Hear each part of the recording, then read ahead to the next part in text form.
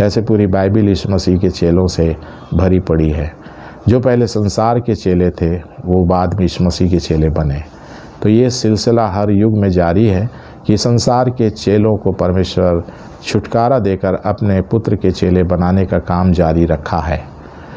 जैसे हर व्यक्ति अपने आप को जांच ले कि वो किसका चेला है, संसार का चेला है या यीशु मसीह का चेला है। तो यीशु मसीह के चेले रहेंगे तो हमारा मन व्याकुल नहीं होगा। यीशु मसीह के चेले रहेंगे तो हम अपने आपे का इनकार करके हर पल रहेंगे। फिर हमारी कोई फरमाइश नहीं रहेगी कि हमको कोई लोग इज्जत दें, आदर दें, सम्मान दें। ये ख़त्म हो जाता है। यीशु मसीह के चेलों के पास ये सब स्वभाव नहीं रहता कि हमारा कोई आदर करे, इज्जत करे, है ना, पैर छुए। ये सब यीशु मसीह के चेलों का कोई रोल नहीं है।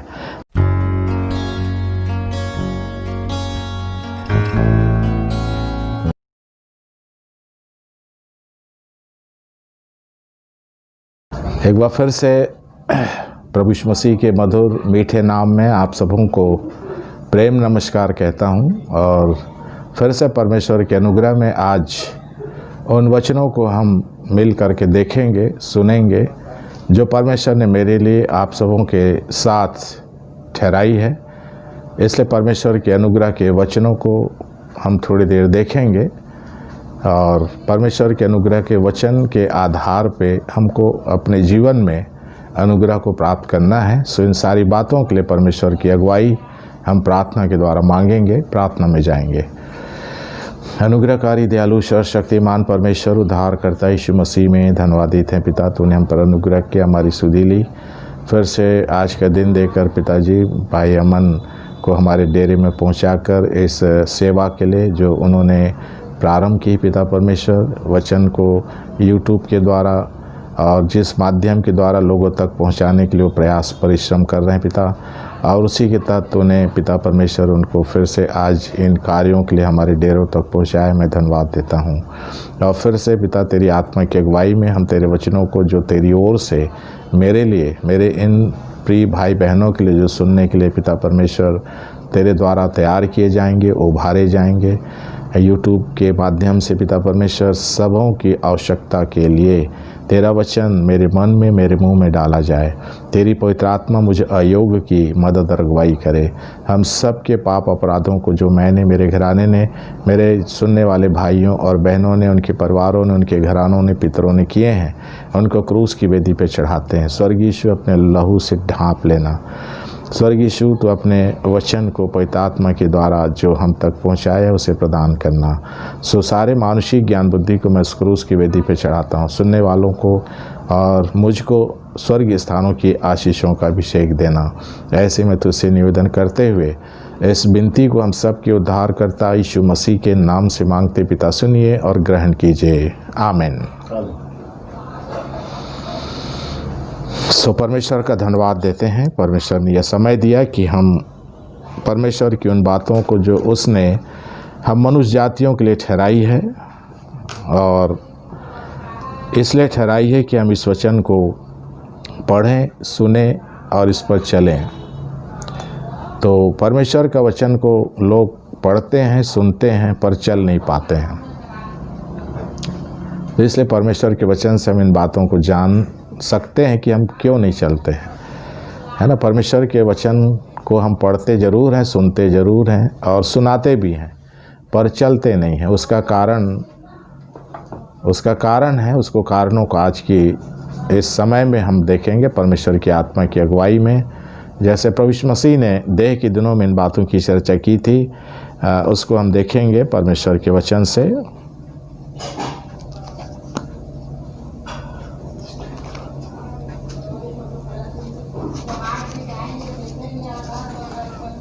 मसीह ने देह के दिनों में इन बातों की चर्चा की हमसे। मत्ती 16 अध्याय के 24 पद में लिखा है, तब यीशु ने अपने चेलों से कहा, यदि कोई मेरे पीछे आना चाहे तो अपने आप का इनकार करे और अपना क्रूस उठाए और मेरे पीछे हो ले। प्रभु यीशु मसीह के पीछे या इस वचन के अनुसार मनुष्य क्यों नहीं चल पाता है, उसको प्रभु यीशु मसीह ने कहा है कि जब तक कोई मनुष्य अपने आप का इनकार नहीं करेगा, तो अपने आप का जो मनुष्य इनकार करेगा वो वचन के अनुसार चलेगा, वो यीशु मसीह के पीछे चलेगा। जब तक मैं और आप या कोई भी मनुष्य पृथ्वी का अपने आप का इनकार नहीं करेगा, वो वचन पढ़ सकता है, सुन सकता है, पर उसके अनुसार चल नहीं सकता है। जैसे बाइबल की डिमांड है, रोमी 2 अध्याय के 13 पद में लिखा है, रोमी 2 के 13 में लिखा है कि परमेश्वर के यहाँ व्यवस्था पर चलने वाले धर्मी ठहराए जाएंगे, सुनने वाले धर्मी नहीं ठहराए जाएंगे। तो ऐसे परमेश्वर के सारे वचन को हम व्यक्तिगत देख सकते हैं, पारिवारिक रीति से देख सकते हैं कि हम परमेश्वर के वचन के अनुसार, यीशु मसीह की दी हुई व्यवस्था के अनुसार नहीं चलेंगे, तब तक हम परमेश्वर के यहाँ अर्थात स्वर्ग में हम धर्मी नहीं ठहर सकते हैं। यदि हमको स्वर्ग में धर्मी ठहरना है तो हमको परमेश्वर की व्यवस्था जो यीशु मसीह के द्वारा उसने हमको दी है, 2 व्यवस्था है बाइबल में। एक मूसा के द्वारा व्यवस्था दी गई थी, और उस व्यवस्था को जो मूसा के द्वारा परमेश्वर ने दी थी इस्राएलियों को, उन्होंने उसका पालन नहीं किया। इसलिए परमेश्वर ने उस व्यवस्था को पूरी करने के लिए प्रभु यीशु मसीह में देह धारण होकर उस व्यवस्था को पूरी किया, और उसके बाद मनुष्य के पापों के लिए प्रायश्चित के लिए अपना बलिदान किया। तो ऐसे यीशु मसीह के देह धारण होने के कारण बाइबल के अंदर लिखे हैं, इसलिए हमको इसको जानना है। जैसे वचन में लिखा है कि जब तक मनुष्य अपने आप का इनकार नहीं करेगा, तब तक वो यीशु मसीह के पीछे या इस वचन के अनुसार नहीं चल सकेगा। तो अपने आप का इनकार करने का एक अच्छी गवाही पौलुस के माध्यम से परमेश्वर ने गलतियों की पुस्तक उसका 2 अध्याय के 20वें पद में पौलुस की गवाही से परमेश्वर ने हमको अपने आप का इनकार करने का अर्थ परमेश्वर ने हमको बताया है। जो गलती की पुस्तक 2 अध्याय की 20 पद में लिखा है, मैं मसीह के साथ क्रूस पर चढ़ाया गया, और अब मैं जीवित नहीं रहा, पर मसीह मुझ में जीवित है। अपने आप का इनकार करने का मतलब है कि अपने आप को अर्थात अपने ईगो को, अपने अहंकार को हमको क्रूस पे चढ़ा देना है। और जब हम अपने आप को अर्थात अपने ईगो को, अपने मैं को हम क्रूस पे चढ़ा देंगे, तो मसीह यीशु हम में जीवित हो जाएगा। मसीह यीशु हम में जीवित हो जाएगा यदि हम अपने आप का इनकार करेंगे, यदि हम अपने मैं को, ईगो को क्रूस पे चढ़ा देंगे। क्योंकि मैं और ईगो और अहंकार शैतान का स्वभाव है, ये शैतान का स्वभाव है। और शैतान के स्वभाव में कोई मनुष्य रहेगा तो इस मसीह के पीछे नहीं चल सकेगा। शैतान के स्वभाव वाले इस वचन के अनुसार नहीं चल सकेंगे। प्रचार कर सकते हैं, वचन पढ़ सकते हैं, प्रचार भी कर सकते हैं, पर इस वचन के अनुसार नहीं चल सकते। तो वचन के अनुसार चलना परमेश्वर की डिमांड है। परमेश्वर की और कोई डिमांड दूसरी नहीं है। परमेश्वर हर मनुष्य से इस वचन के अनुसार चलने की डिमांड किया है। अब उसको हमको कैसे चलना है, कैसे चल सकेंगे, तो उसको हमने एक स्थान से देखा कि हम अपने आप का इनकार करेंगे। पहला काम, जब तक कोई मनुष्य अपने आप का इनकार नहीं करेगा, अपने आप को, अपने अहंकार को, अपने मैं को, ईगो को जब तक वो क्रूस पर नहीं चढ़ाएगा, तब तक यीशु मसीह उसके जीवन में जीवित नहीं होगा। तो शैतान हमारे जीवन में ये काम को करके रखता है कि हमको अपने आप का इनकार करने नहीं देता है, और अपने आप का इनकार नहीं किए तो हम इस वचन के अनुसार नहीं चल सकेंगे, है ना। इसलिए साफ साफ लिखा है कि मैं मसीह के साथ क्रूस पर चढ़ाया गया। मैं मतलब ईगो, है ना। हम जानते हैं कि पौलुस जब शाऊल था तो उसके अंदर कितना ईगो था, कितना अहंकार था। वो मसीहों को सताता था, मारता था, घसीटता था, तो उसको उसने क्रूस पर चढ़ा दिया, और तब वो इस मसीह के पीछे चलने लगा, तब वो इस मसीह के वचन के अनुसार चलने लगा। तो आज ये आवश्यकता जो पौलुस ने पूरी की, वो मुझको और आपको भी ये आवश्यकता को पूरी करना है। जो हमारी असली आवश्यकता है बाइबल हमको बताने की कोशिश करती है। इसलिए परमेश्वर का वचन कह रहा है कि अब मैं जो जीवित हूँ तो केवल इस विश्वास से जीवित हूँ जो परमेश्वर के पुत्र पर है, जिसने मुझसे प्रेम किया और मेरे लिए अपने आप को दे दिया। प्रभु यीशु मसीह ने मेरे लिए अपने आप को दे दिया। पौलुस कहता है, ये मैं भी कहना चाहता हूँ कि मेरे लिए प्रभु यीशु मसीह ने अपने आप को दे दिया। इसलिए दे दिया कि मैं अपने आप का इनकार करूँ, है ना। प्रभु यीशु मसीह ने अपने आप का इनकार किया। स्वर्ग और पृथ्वी का स्वामी था वो। स्वर्ग से जब पृथ्वी पे आया तो उसने अपने आप का इनकार करके आया।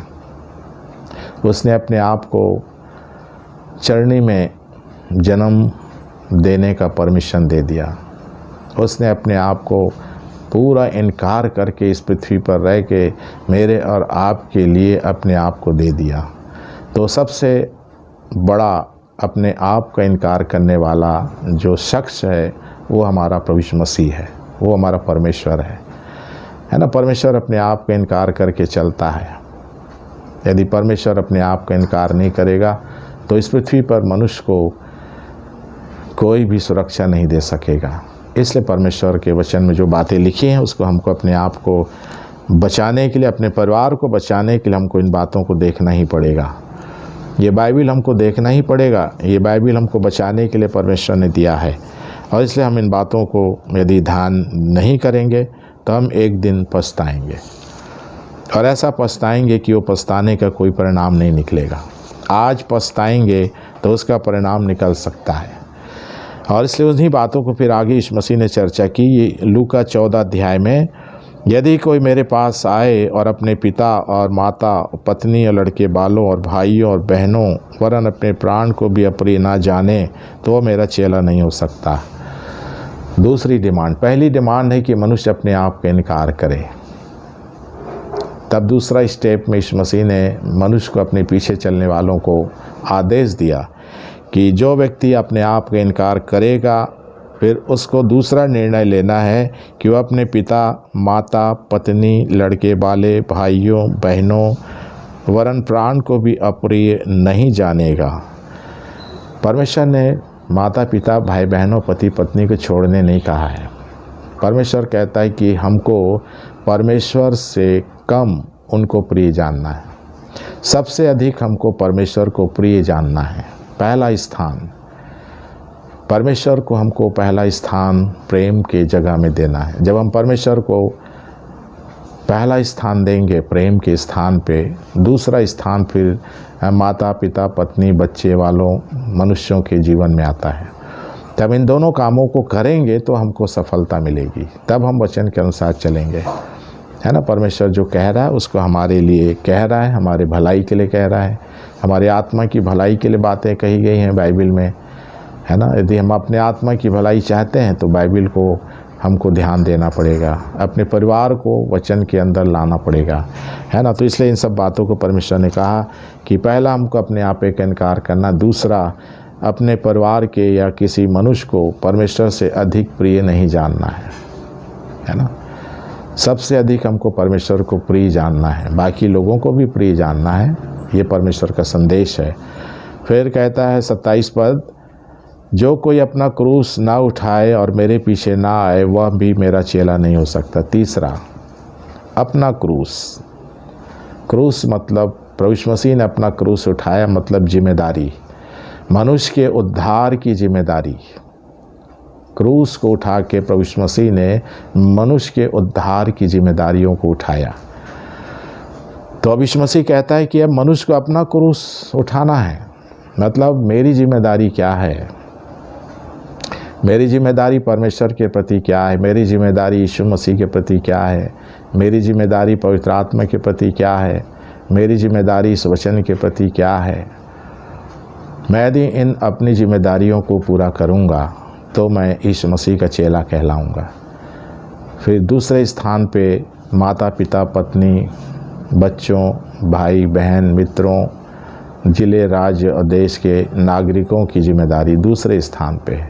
पहले स्थान पे है कि हमको अपनी जिम्मेदारी को जो परमेश्वर के लिए है, जो यीशु मसीह के लिए हमारी क्या जिम्मेदारी है, इस वचन के लिए हमारी क्या जिम्मेदारी है, पवित्र आत्मा के लिए हमारी क्या जिम्मेदारी है, इसको हम पहले करें। बाकी तो हम सब जिम्मेदारी को पूरा करते ही हैं। पत्नी, पति, माता पिता, भाई बहन, जिले, राज्य और देश के लिए हमको क्या जिम्मेदारी मिलती है उसको तो हम पूरा करते ही हैं, परंतु पहली जिम्मेदारी को हम भूल जाते हैं। जबकि पहली जिम्मेदारी असली है कि हमको परमेश्वर के प्रति, यीशु मसीह के प्रति, पवित्र आत्मा के प्रति, उसके वचन के प्रति हमारी क्या जिम्मेदारी है। इसलिए अपना क्रूस उठाना मतलब परमेश्वर पिता, पुत्र, पवित्र आत्मा की वचन की जिम्मेदारी है ना। फिर दूसरे स्थान पे माता पिता, पत्नी, बाल बच्चों, मित्रों, जिले, राज्य और देश के लोगों की जिम्मेदारी। दो जिम्मेदारी उठाना मतलब क्रूस को उठाना। इन दो जिम्मेदारियों को लेके हम चलते हैं। पहली जिम्मेदारी परमेश्वर के, दूसरी जिम्मेदारी मनुष्य, तो हम इस मसीह के चेले कहलाते हैं। यदि हम दोनों जिम्मेदारियों से हम पीछे हटते हैं तो हम इस मसीह के पीछे नहीं चलते हैं। तो इसलिए इन सब बातों को परमेश्वर हमको बता रहा है। और फिर उसका 33 पद कहता है, लूका 14 का 33, इस रीति से तुम भी जो कोई अपना सब कुछ ना त्याग दे, इस रीति से तुम में से जो कोई अपना सब कुछ त्याग ना दे वो मेरा चेला नहीं हो सकता, है ना। परमेश्वर कहता है अपना सब कुछ ना त्याग दे। अपना सब कुछ मतलब हमारे जीवन की जो बुराइयां हैं, हमारे जीवन का स्वभाव है ना, हमारे जीवन का जो भी स्वभाव है, गलत देखना, सुनना, बोलना, चलना, खाना, पीना, उठना, बैठना, लेना, देना, जो वचन के खिलाफ है, उन सब को हमको त्यागना पड़ता है ना। जब हम इस मसीह के पीछे चलते हैं तो हम फिर ये नहीं कहते हैं कि हमको ये अच्छा नहीं लग रहा, कि वो अच्छा नहीं लग रहा, हमको ये खाना पसंद नहीं, हमको ये कपड़ा पसंद नहीं। फिर वो व्यक्ति के मुंह से ये बातें नहीं निकलती है ना। उन्हीं चीज़ों को त्यागना है जो चीज़ें हमको परमेश्वर के पास जाने से या उसके साथ चलने से रुकावटें लाती हैं। तो इसलिए प्रभु यीशु मसीह ने कहा है कि सब कुछ ना त्यागे वो मेरा चेला नहीं हो सकता है। तो हमको इस मसीह के चेले बनना है। इस पृथ्वी पर दो चेले हैं, एक संसार के, एक परमेश्वर के। तो हम परमेश्वर के चेले बन के जीवन की शुरुआत किए, क्योंकि माँ के गर्भ से जन्म लेते हैं तो हम संसार के चेले बन के जन्म लेते हैं। चाहे किसी भी समुदाय में ले, हम किसी भी जाति में हम जन्म लेते हैं, हम संसार के चेले बन कर के जन्म लेते हैं। इसलिए हम संसार के चेले बन कर के हम लोगों को दिखते हैं, परंतु समय रहते हुए हमको यीशु मसीह के चेले बन जाना है।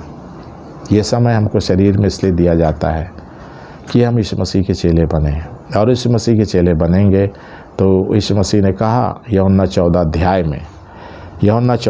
में कहा यीशु मसीह ने,